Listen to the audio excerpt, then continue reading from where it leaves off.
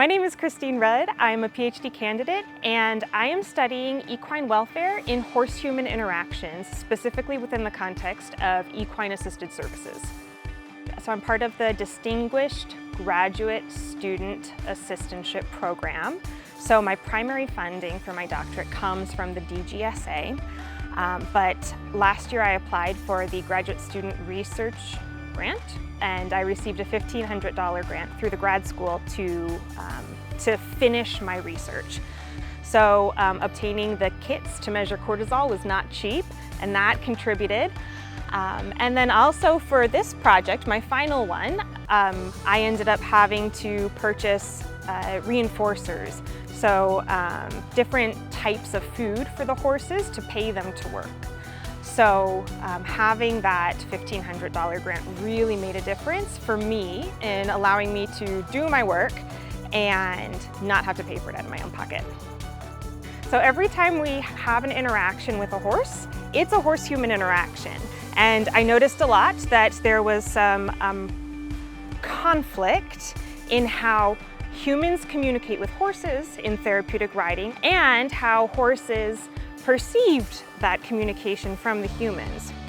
I decided to do my doctorate because there were no good answers out there to explain to me why we were seeing these moments of horse-human conflict, or how we could make it better, how we could mitigate that stress for the horse or eliminate it.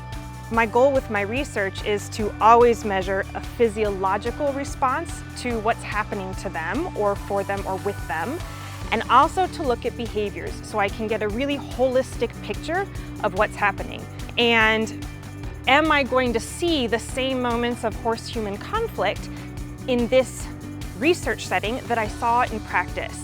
And I did see the same moment of conflict. And that moment of conflict was in an upward transition from a halt to a walk. One thing was consistent, and it was that everyone used different words when they were talking to their horses. So I trained every horse to walk on off of a verbal walk-on cue, and I structured this experiment through a changing context criterion protocol.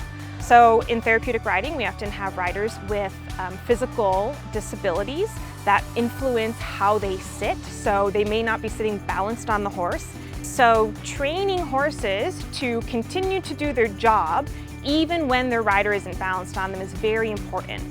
So I set up this training protocol to follow that changing criteria of you still have to respond to this cue in the same way, even though your environment has changed. And that environment might be the arena that they're in, it might be the rider that they have, or it might be the leader that they have, because all of these things change in a horse's life.